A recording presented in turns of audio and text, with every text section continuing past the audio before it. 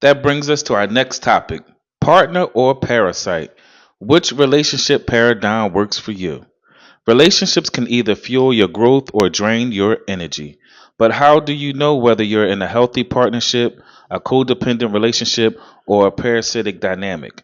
We'll dive into red flags, self awareness exercises, and ways to shift unhealthy relationships patterns so you can recognize which paradigm you're living in and decide what works best for you. Let's dive in. When you get with a guy, if he cannot financially take care of all of your bills, if he cannot keep you in labels and take you on vacation, there really is no point in even being with him. And if you think like this, you're a part of my problem. That is what whores think.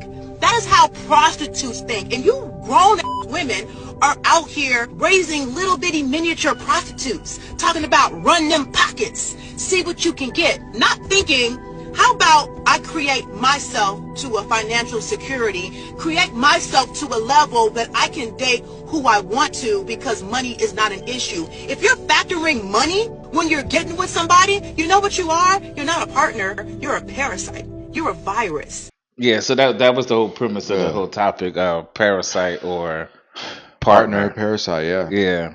So as she kind of alluded to though, whether was obviously she's specifically talking about the male female relationship, but again, it's still applicable because these are technically at the end of the day, as people love to say now, these are social constructs. So regardless if you're male or female, the dynamic of man and woman, the social construct, it can be identified as a male or a female. So if it's two females in a relationship, that same partner parasite dynamic can Yeah. be at play. Yeah. If it's two guys, the same partner parasite Yeah. can be in play. If it's a man and a woman, if it's others, it's the same. The same dynamics are still at play in Yeah. all relationship types. Hmm. You know what I mean? So we just have to be mindful of that.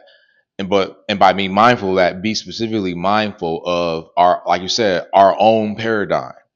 And be able to be clear about that and be able to stand on that. So when someone asks you, what's your thoughts on politics or what's your thoughts on education, what's your thoughts on family, you have a platform to stand on. Not just, oh, well, what you think it is. And then you just trying to say what it is just to be, quote unquote, conforming or just to appease this person because you want something from them. Right. You know what I mean? Right. But then again, down the line, say your true colors come out, now you feeling that your time was wasted, or this other person's feeling their time was wasted when it was just a miscommunication at the beginning due to you just not stand for something. So Right. stand for something. You know what I mean?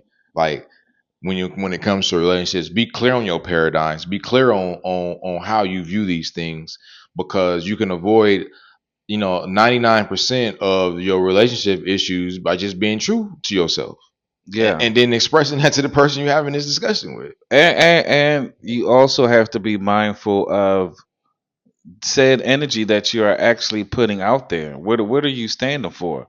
So like the girl said in the video, if you're coming from the standpoint of I want all my bills paid and I want to be catered to 100%, okay, what do you what's reciprocated from that? Like what's on the flip side of that? Mm-hmm. All right, that's what you're going to get. Now, what are you going to give Mm-hmm. to give that? And I think that's where the disconnect comes because, we're, like she was saying, we're raising these young women or, young people because males and females, we're raising them to just be, run them pockets. Prostitutes and tricks. Yeah, get what you want. Like, what can you get out of it? But even a prostitute and trick know that they giving something. You're right. You're right. They understand what they giving. That's why I was like, all right, They give me both understand what they're giving and what they and get. what The they trick getting. knows that he's paying for an experience, and the prostitute knows that she's being paid to give him an experience, and it's an even exchange. That's why And so they give each other what they want, and then they go about and that's why that's the most easiest and most peaceful union transaction or relationship, whatever you want to label it. That's why they said That makes sense. prostitution is the oldest Profession, right? profession in on earth because you have two parties that know what they want, Mm-hmm. and both parties know what they got to give to get what they want.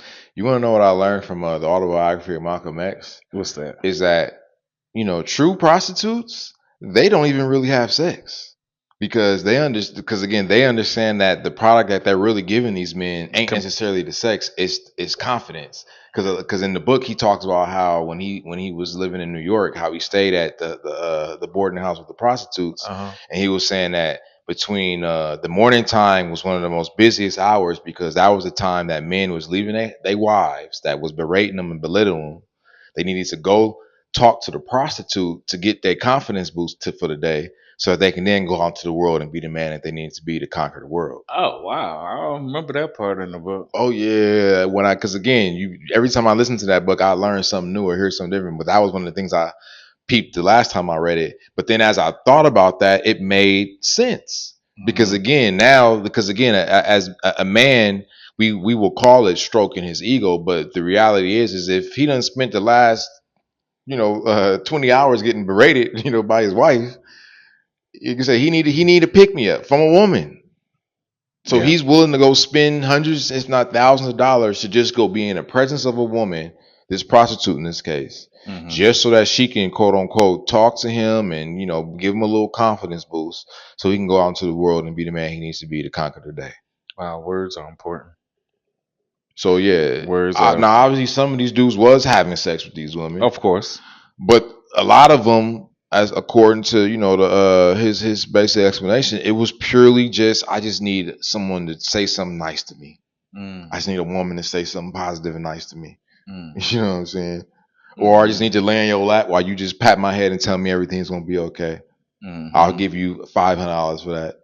Because again, they're doing this before they went to work in the Right, morning. right, You know what I'm saying? right. That's why I'm like, this is before you even went to work in the morning. Like, did they busy? Like, I They thought call it you, the AM rush. I thought it was, because I don't know. I never really gave that any thought. Like, why would the morning hours be more busier for prostitutes than the late night? Well, I Yeah, guess the late night hours they would have to be, in my opinion, the late night hours. that's when the You creeps is out.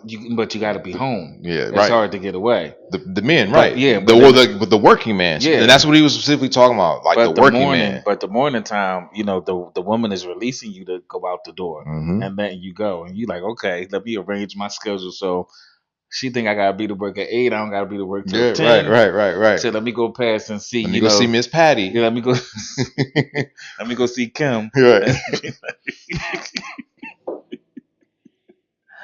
Ah, and get this day started off right because last night, all she did was bicker or whatever. Now I'm Because pretty sure there's a woman's version of this as well.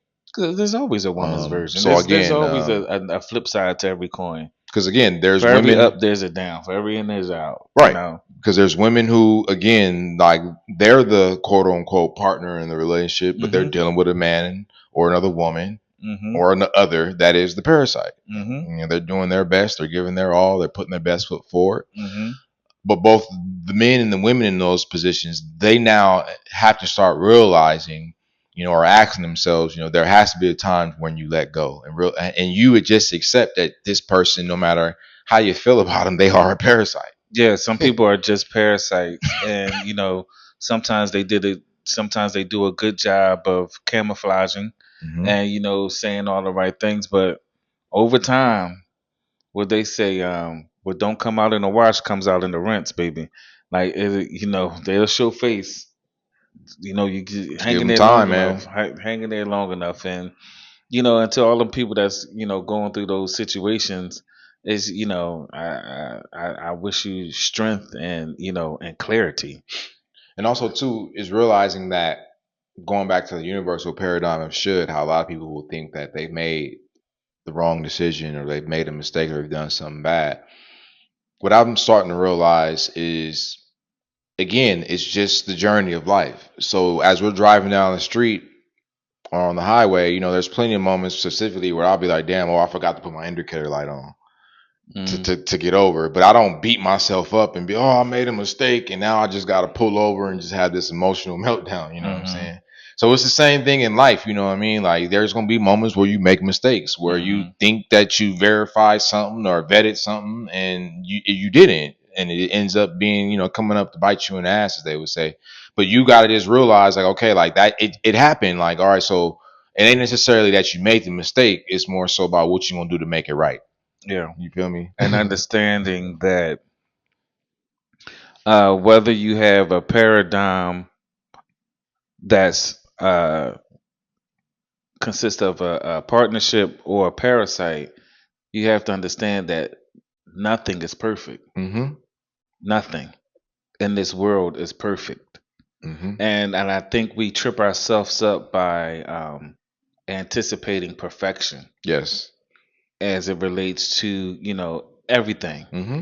as it relates to our parents. That's why, you get people obsessed with the BBLs and all that.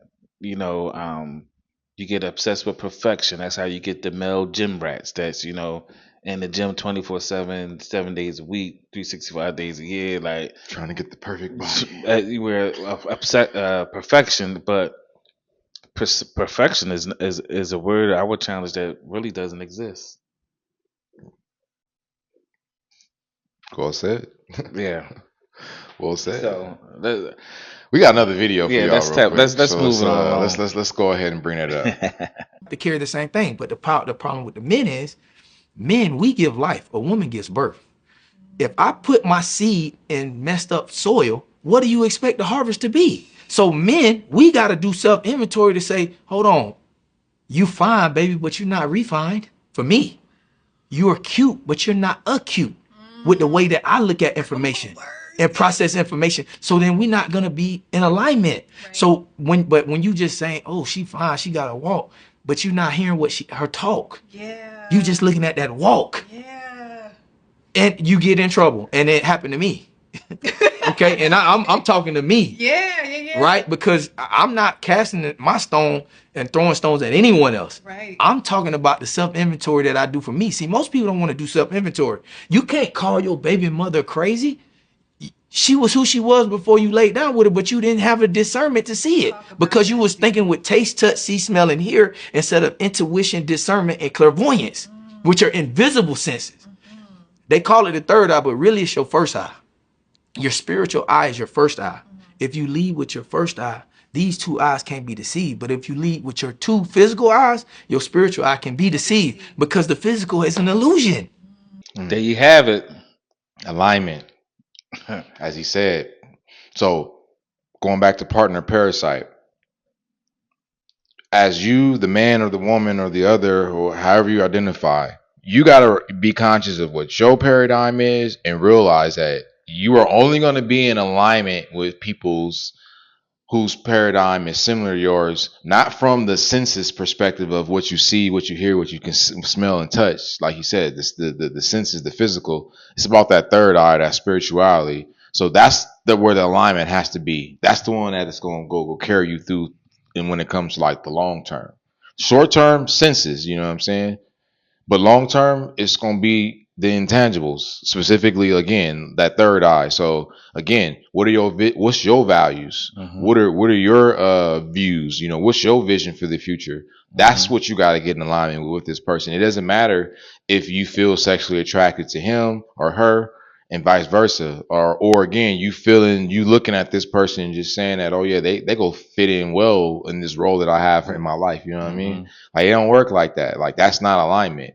But you thinking that because again in the moment you experiencing that anticipation of the dopamine and getting the reward of being with this person, whether it's this man or this woman, you again and you thinking in the fog. So now you overlooking the fact that y'all not in alignment when it comes to your purpose, or I mean your values or your views or your vision for the future. For example, you know, you a man, you know, you have that a patriarchal paradigm, you know, but you're trying to deal with a woman who wants to be treated traditionally or patriarchally traditionally, but she wants to treat you non-traditionally and behave non-traditionally because again, women have evolved. Now you're thinking that, or we'll just say she's a feminist at the end of the day, but you're thinking that because you know you like her and that you love her and that you think that she loves you, that love is going to heal all things. But again, y'all not in alignment from the gate. You know what I mean? Because again, being in love and thinking that you know you guys feel sexually attracted to each other, that's not alignment for a long-term relationship, at least. That's perfect for a short term, an occasional distraction. Right. But when it comes to actually a long term relationship where again y'all living together, y'all gotta work together, you gotta raise kids together, y'all gotta do all these life, y'all gotta do life together. You'll need somebody that you in alignment with more so in the spiritual realm as opposed to the physical realm. Right. Right. Right. Just check out this next video that that dives more deep into it. Macro level frames are beliefs, accurate or not, that define our worldview. There are beliefs about God, the world we live in, the universe, family, people, politics, morality, dating and relationships. All our macro level frames add up to construct our paradigm. Learning to effectively describe our macro level frames is an important part of the dating process, especially if a woman is looking for a serious relationship. If we fail to accurately communicate who we are to the core, a woman may be reluctant to move things forward. We don't need to rush to convey our entire paradigm, but we don't want to wait too long either. Like most things in dating, many variables define how quickly we're going to get to these discussions. All right. So yeah, I wanted to show that video just to give a more in-depth look into the framing. And when we say paradigm, that's kind of synonymous with the framing, the frame, the structure, the guidelines, the blueprints. Another way of looking at it that we always use, the umbrella. Mhm. So it's like the umbrella is the paradigm, but the spokes that come from it, those are the frames. Got you. So same thing with in this case. So when he's talking about macro level frames, so we'll use the example of glasses, for example.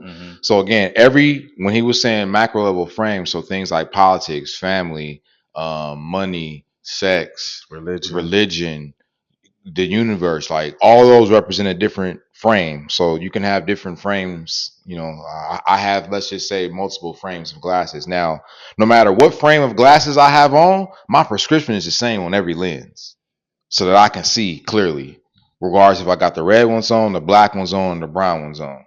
My prescription is the same. So no matter, even though my frames change, the lenses stay the same. So I'm always seeing clearly. Well, the same goes with our paradigms. And that's why, to your point, we have to have a conversation. We have to get on the same page first before we move forward. We just can't assume that because I got on red glasses and I got on red frames and he got on red frames that we both see the same thing, because we both got different prescriptions. So we both got different sight. Because again, if I put on his glasses and he puts my glasses on, we're not going to be able to see clearly. And that's why people crash out and bump into each other and have these problems, because we just assume that these individuals are operating within the same context as us because we're talking about the same frame. You know what I'm saying? And there's some instances where people can share glasses, right? That's called alignment, right? So we need to be looking for people that have the same prescription. Alignment, right? No matter what the frame is, no matter what the catalyst is, no matter what the vehicle is, as long as we looking for people with the same prescription. So I could you could use my frames and I could put my glasses on your glasses and you can see. No matter what we're looking at, if we're looking at religion, if we're looking at politics, if we're looking at the economy, sex, economy, right, money, sex, right, whatever, household structure, raising kids. Right. So we have the same prescription, and we're coming from the same perspective and have the same understanding. We're more aligned and more destined for success. That's how couples reach that flow state. Because I know we've all seen those couples where it's just like they're able to finish each other's sentences, but they're able to do that because, to your point, they got the same prescription. You know what I'm saying? Right. So again, the wife can be talking about politics and be able to say and stand on like, nah, my husband believes in this too, like because they already know that they got the same prescription, as opposed to the couple that got two different prescriptions. And then, the wife might have said something, or the husband might have said something that the other one don't necessarily believe in, and they get back to that person. Now there's problem between the person who feels offended and within the marriage, because now the husband and wife is not on the same page, because again, they're not in alignment. Right. They got the same frame, but the lens prescription is different, The lens or the prescription is context is different. different. You know what Yep. I mean? So they can't see it. So understanding context is very important when you're dealing with human beings. You just cannot assume that the lenses the contextual lenses in this case that you're looking through your frames on this topic about is similar to them. So yes, we can all be talking about relationships, for example, but so that's the frame relationships, but we all got a different set of lenses A on it. different approach, yeah. So that's why everybody got a different opinion. And he also said something that was very good. You don't have to rush it. You don't have to rush the discovery phase of finding out what the other person's prescription is. It Hmm. don't have to all be acknowledged or discussed in that first encounter, that first date, or the first few times you meet up, and at the same time, you don't want to wait forever. Right. You don't want to wait 2 years down the road, and then you like, well, I'm a diehard Trump supporter. Like what? You know, After all the emotions, the after bonds, yeah. and now, but that's what happens with most people's relationships. That's why Hmm. people feel confused. They feel disoriented, or they feel taken advantage of, or they feel lied to. But part of that was also too because they neglected to have the conversation. Or you They get with neglected to. someone and they like, I don't want my kid to go to public school. I want my kid to be homeschooled. Hmm. I want you to stay home to raise our children. She like, what? Who, me? But again, that's a perfect example because again, yeah, that man and that woman might be sexually attracted to each other. They might think that they look good together. They might think that, people think they look good together. But the reality of the situation is they got in alignment because again, he wants the kids homeschooled and she don't even know. She ain't even thought about that. Mm-mm. But she do know that she not trying to be no homeschool Right. teacher. And the thought of it, Right. pisses her off. And then vice versa. You know what I mean? Like, the woman wants the man to quote unquote help out around the house. But he like, nah, I pay all the bills. Like, I ain't doing shit around the house. Like, that's your job. I don't care if you work. We get a maid to come in on Mondays and Wednesdays. But you gotta handle everything else. Oh no, that's not gonna work. I'm gonna feel tired. I already got a job. Yeah, so yeah, I expect you to hold down the house and the kids. And no, I'm not helping you out in that because I pay all the bills. So again, that would be not an alignment. It wouldn't matter if again, like, oh well, she likes that he has all this money and he likes that she, got a BBL. You know what I mean? Hmm. The as you said, the physical ain't where you need the alignment at when it comes to a long term relationship. You need that spiritual alignment first and foremost. So lead with the spiritual eye when it comes to those long term That relationships. third eye, he That said, third eye, yeah. not them two physical eyes. Now you can use them two physical eyes when it comes to again the occasional distraction. You know what I mean? You want to have some fun for the night, not for life. Go ahead. You know what I'm saying? Go find what fancies the best eye candy you can find out there, man or woman or other. You know what I'm saying? That's consenting. That's consenting. But don't think that because again you anticipating this reward of having this session with this person, and then you get the reward, and now you're coming off the dopamine high. So now it got you thinking that like, oh my god, like I feel so bad. Hmm. No, you don't feel bad. You're just coming off the dopamine high. So that means you need to do something to replenish, something Hmm. productive and positive, ideally, to replenish, and then go about your life. But don't make the mistake of assuming that because when you have sex with this person, you feel good and that you have butterflies and they feel like the one that they are the one. No, it's just a dopamine. Be mindful of that. Make good decisions and realize you need spiritual alignment more than you need physical alignment, specifically when it comes to them long term relationships. Yeah, have those conversations. And like I said, It's I it's all have them. about just having Yeah. those conversations, Make sure y'all prescriptions is in alignment. because it's not always a deal breaker. Mm-hmm. These nuances, but it becomes critical when you don't know and don't discuss it, and it's kind of like sprung on you, Yep. down the line or whatever the case may be. I'm sure a Democrat and a Republican could be in a healthy marriage. I'm sure someone who was raised patriarchally can find a woman, who's a modern day woman, and they could find some, Of course. some common ground where they could But work to your together. point, they gotta have that discussion. Right. And that's what's not happening. Right. People Right. not having that discussion. Yeah. And I like that you said that, because I agree. Like, just because you might not necessarily be in alignment with someone when it comes to one of these frames that y'all discussing, that don't mean that y'all not meant for each other. Because again, in my mind, if I can reach 80% alignment with a woman, I'm good. I don't need 100%. What they say, 60-40 rule? 80-20. Right. If I can get to 80% with a woman, in my mind, I'm good. I don't need 100%. But I do know that there are men and Because women there's who no believe, perfection. right, Remember? right, There's right. no perfection. I do know that there are men and women who do believe that you can only do it if there is 100% alignment. Yeah. Those people usually by themselves. I agree. But there you have it. That's all I got on the topic. Just be in alignment, have those discussions, and don't be afraid to take risk.